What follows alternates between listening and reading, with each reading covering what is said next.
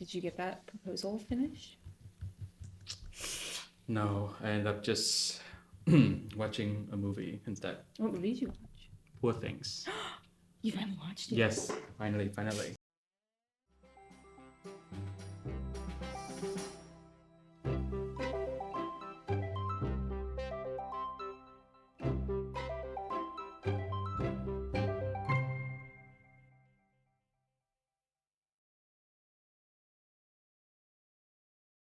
I loved Poor Things.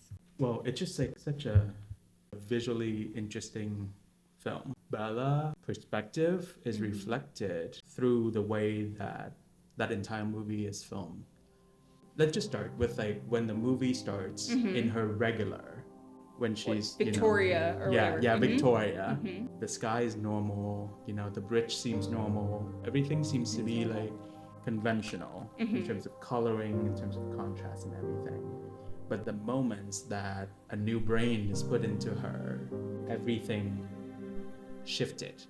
And then when she becomes Bella, it's like this completely alternate version of herself where things are very whimsical and she's very curious and happy. And I mean, it's almost like an alter ego of herself. It's showing that shift in the lens of her through this alternate view. Well, it's kind of this perspective play, right? Like you're right. Like in the beginning, it's very much about like almost like a forced perspective from a lower camera angle. So it's like a child. It's like a child. And then it has like a slight fisheye point of view. Like everything seems exaggerated. Yeah, things are almost like super scale. Like if you think about those chairs at the table, yes, those are much, much bigger. And it's kind of like almost how a child would view their environment. I always wonder if the world is still normal, but she's seeing it as the alter ego that is in her now. So everything is actually normal? Yeah. Like maybe the house is still the house, the walls is still the walls, but then she's still kind of learning it all, so she doesn't distinguish what's what yet. So you see like ceiling tin on the walls, and you see like tufted floor. So it almost is like this, like there's no preconceived notion of what's supposed to be what.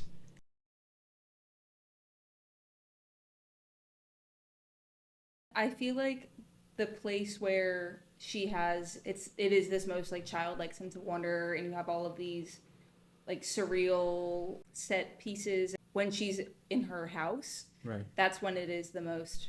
That's true. It's kind of safe in a way, right? So I you wonder can let your if mind that's wander. like anything with the black and white plays into that, because that whole section is in black and white. And then it shifts into color when she gets Right. to Lisbon. Her world opens up literally in. It's overwhelming, right? And to me, it's also like the color itself is not just regular color. It's like saturated color. So it's just like the first time that she explored the world, there's just like the overstimulations of everything. When you're in Lisbon, especially in Old Town, it really does feel kind of like a maze. So I think that they captured that well in the set of Poor Things. Things are kind of piled on top of each other and very maze-like. But if you also think about it in a sense of disorientation. Yeah. That's where you also have a lot of panoramic wide lens angle. It's kind of like there's no wide-eyed, bounds, yes, exactly. Still childlike sense of wonder. Yeah.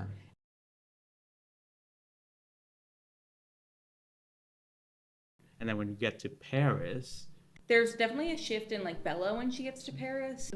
So basically starting to be in Paris, she started to be more educated. She reads more. If we look at back in Lisbon when she's still curious and exploring and the world is wide open, if you think about the sets in Paris, it's much smaller. It's basically that one square and that bench. And it's kind of this idea as she's growing up in Paris and things are getting more real, everything is much more dull in a way. Like all the colors are really dull. Yeah, the color is not as saturated. The costume feels more realistic. She's in all black, and she's kind of a little bit more Victorian appropriate. Yes. So it's kind of this change from a childlike wonder to reality. Your imagination dulls a little bit when reality kicks in. I feel like kind of a sad commentary on how the magic.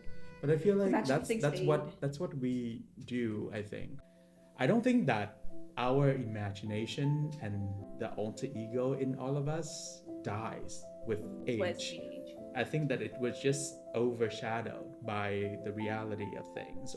So I think that in a way, our job in hospitality is to create these moments of escapism and allow for the guest to tap back into that alter ego. It's there all the time. It's just like, how do we allow for it? Like, how can the environment allow people to live their full alter ego?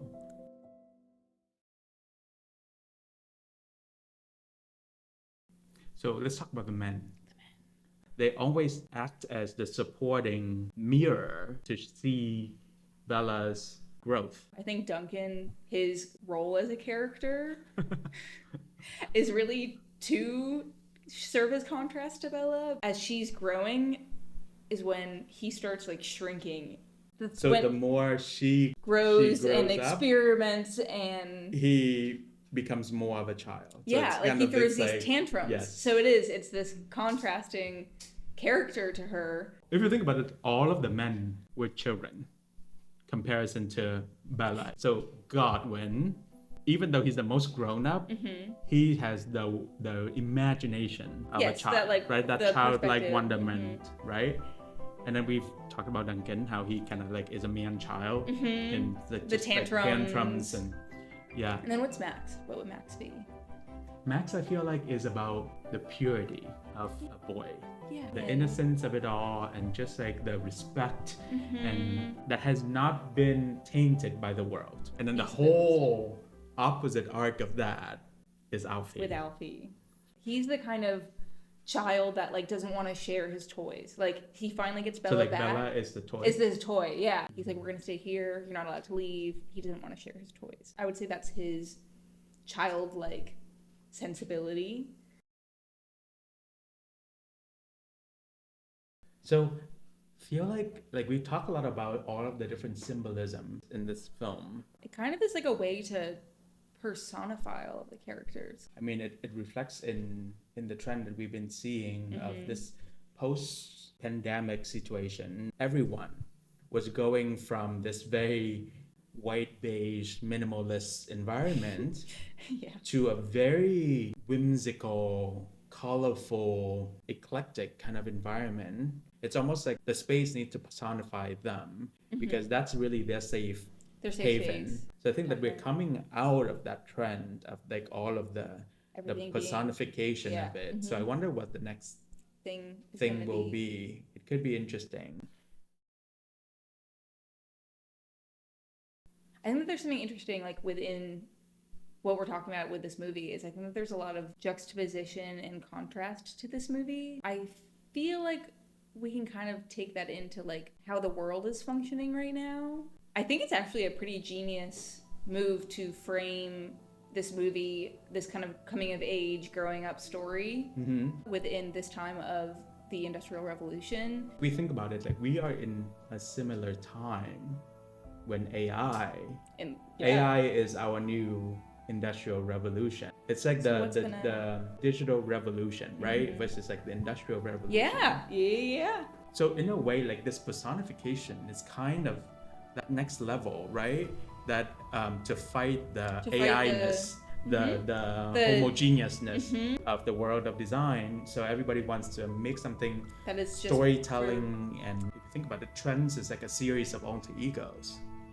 This cyclical thing that is trends. I feel like everything is fighting what was before, right? Maybe this is something we can look more into when we start to do our weekly pinup. How do we start to see all of these trends start to manifest in fashion or in arts or something, right? This is interesting. Maybe I should get back into my proposal though. So, I'm glad that you finally watched.